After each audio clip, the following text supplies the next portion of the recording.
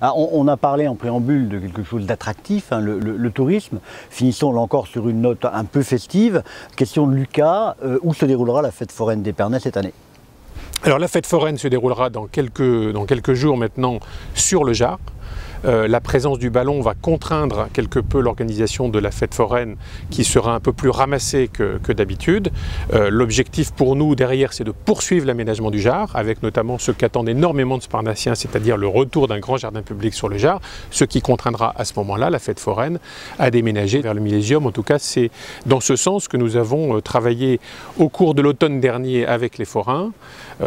Certains acceptent cette perspective, d'autres sont plus réticents, je peux le concevoir, mais tout sera mis en œuvre pour que ça se passe bien et que nous continuions à avoir à Épernay une grande et belle fête foraine sur l'espace du Millésium.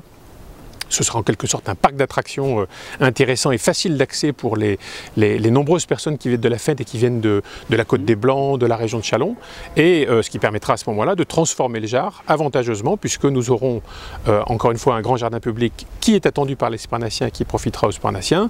Nous reconstruirons également sur la petite poche du Jard qui se trouve derrière la sous-préfecture des logements, parce que, vous le savez, nous sommes en manque de logements à Épernay et il nous faut impérativement élargir l'offre de logements pour permettre à des personnes de venir habiter Épernay et de ne pas être contraints nécessairement d'aller habiter dans les communes des alentours.